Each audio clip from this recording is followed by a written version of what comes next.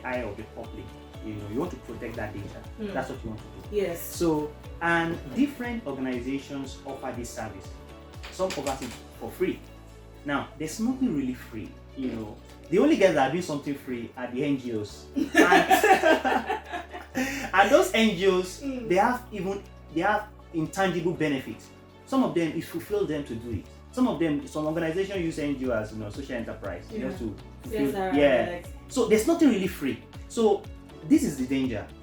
Virtual private network is what you use normally.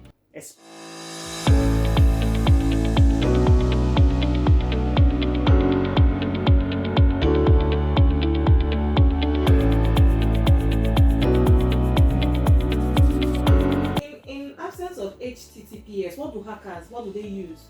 Do they use HTTPS, or what site will I see? Yes. And if I don't see HTTPS, what would I find there that will tell me that this site is not secure? Okay, so most sites, for a site to be an HTTPS is a decision of the people that build those platforms. So depending on what they want the purpose they want the platform to serve. So a blog platform does not need to. It can use HTTP. HTTP is just a transfer protocol, a way that we can browse websites and things like that. So now, but if I know that I want my website, I want people to be able to add sensitive data. It doesn't have to be payment, but if it must be payment, it has to be. There's no gap around. It has to be HTTPS. That data has to be secure. But even I want to be collecting sensitive information from people, then it is my responsibility. I'm someone building that platform. I'm building a business, and you want people to enter their sensitive data, where they live, all those other information, kind of job they do. I must make sure that I'm using HTTPS, that is encrypted. So from user's perspective now, what you just have to do is that, what am I going to use this website for? I'm going to use it. Am I going to put any important data on it?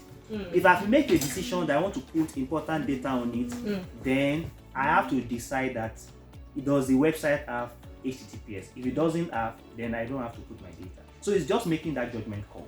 Okay, interesting. So our listeners at home, remember that you can be part of the conversation. We're talking to a cybersecurity expert on the show today, and we're talking about securing your data and dealing with cyber threats with Fikun Aluko. You can be part of the show by calling the number 081 33038749, or you can call 080-209-33638. These are the numbers to call to part of the show. If you have questions, if you want to make a comment, or if something like this has happened to you before, if your data has been missing or taken along the line and you have questions, feel free to call the phone line 08133038749, 080-209-33638. Now, the Twitter ban in Nigeria brought about a wave in the popularity of VPN, and even the Minister for Information came out at some point to tell us that we are exposing our data to thieves and the like. So please, can you help us understand what VPNs are, how they work, and the threats they pose to security of our data? Yeah, and that's I was going to get there, right? That's an interesting conversation. So the idea of VPN, is what we call virtual private network. So what you're trying to do is simple. You are trying to send a data, virtually, but you want it to be private. That is, you want to keep that data from the eye of the public. You want to protect that data. That's what you want to do. Yes. So, and different organizations offer this service. Some offer it for free. Now, there's nothing really free. The only guys that are doing something free are the NGOs. And those NGOs, they have intangible benefits. Some of them, it fulfills them to do it. Some organizations use NGO as social enterprise. Just to fulfill, So there's nothing really free. So this is the danger. Virtual private network is what you use normally, especially when you are accessing a public internet. If you are on a public internet and you want to communicate a very sensitive data, is it important to use a VPN? Now, where the danger comes in is using a free or a paid version. There are free VPNs, but the question we must ask is that, what are the benefits of guys offering this service for free? So that is where I think the minister is coming from. Some people, if I'm offering this service for free and I'm the one that built it, then there are some incentive that I can enjoy from that. So that's why people that use VPN that are free, at least according to statistics, 38% of VPNs, people that use VPN, the data have been breached. Because most of them use free version. And these guys that offer this for free access those data and sell it. That's how they make money. Like I was saying, yes.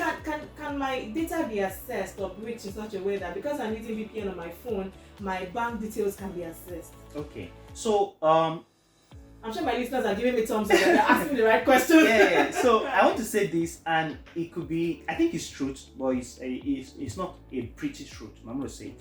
Okay. Every technology we use, the security is to a level, because people build this application, and the intelligence, is like sense per sense. You get in this work of hacking, sense per sense. So the intelligence of guy that build an application and the intelligence of an hacker is a different level.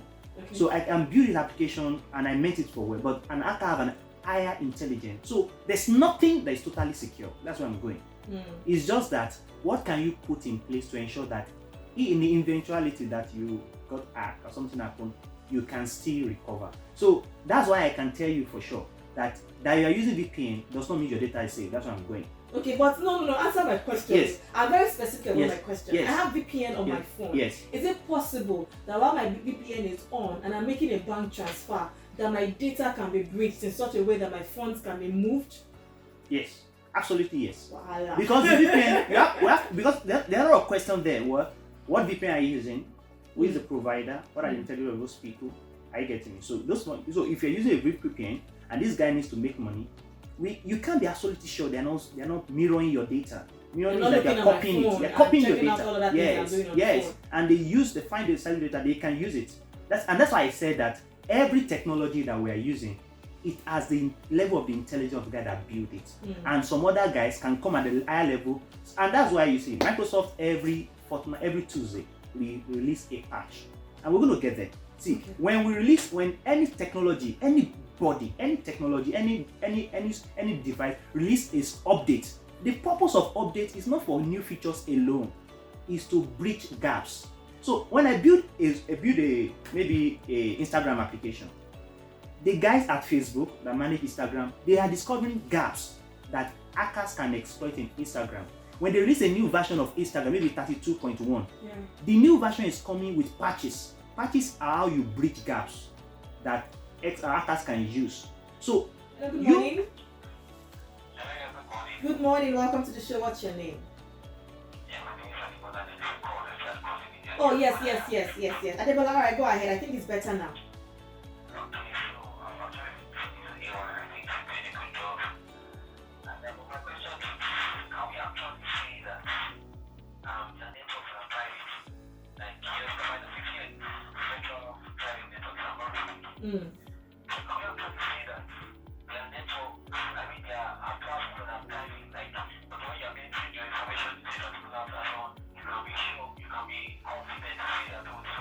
Private. Okay.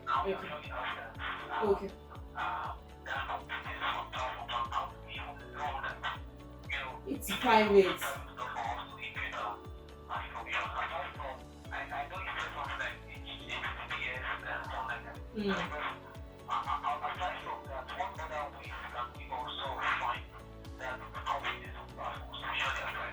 Okay. All right. Thank you for calling, Adebola. Okay, so I think there are two questions there. One is that how do we know? How can we tell if VPNs are truly private? Since they are virtual private network, are they really private? Then secondly, you mentioned the HTTPS thing. Now, whenever you want to know if the website is secure, you look at the HTTPS. So he's asking, are there other ways to know if a website is actually very, very secured? So okay. 2 questions. So for the first one about the VPNs, so the easiest way to do this is also to leverage what we call community reviews, right? Okay. So there are cybersecurity experts that review some of these VPNs, tools, and they kind of give feedback, clarity. So if you want to use any VPN, it's good to read the review, because if you're not technically savvy, right, to kind of break it down, if this VPN is real, is a real deal, right? The other things you can do is to read people that have reviewed it, right? VPN by nature is that they are special servers, right? like special computer that does not use a conventional IP addresses. So that's why they call them VPNs. So literally, I'm here now in Nigeria. If I want a VPN on my phone, I can pick an IP address that allow me to visit Twitter as if I'm in London. Why? Because those IP addresses and those servers, they reside in London. So literally, I'm not passing through Nigeria pathway. You get. So that's how it works. So, but the gaps and the integrity of those platforms can be based on community review. You can see, and also the people behind it. That's how you can do that. The first one. So that's one. The second one, you see, when you see HTTPS, there's always this padlock. Yes. If you click on those padlock, you can see the certification of the website and the date that the certificate will expire. That gives you some level of confidence. So that you can click on it. So you can do that now. If you're anywhere online, you're reading this, click on that padlock, and that padlock, you can see the certificate, you can see when it was issued and when it's to be expired. So what if the certificate is already expired? Does that mean that the site is not so safe? Obviously, not safe. Even if you have the padlock, and when you click on that padlock and the information shows that the certificate has expired, the certificate is a certificate of trust. So if I issue a certificate of trust to you and the certificate has expired, it means that during this time that I expired, I've not verified you and I can't vouch that you can be trusted. So it's best not to use it at that time. Interesting.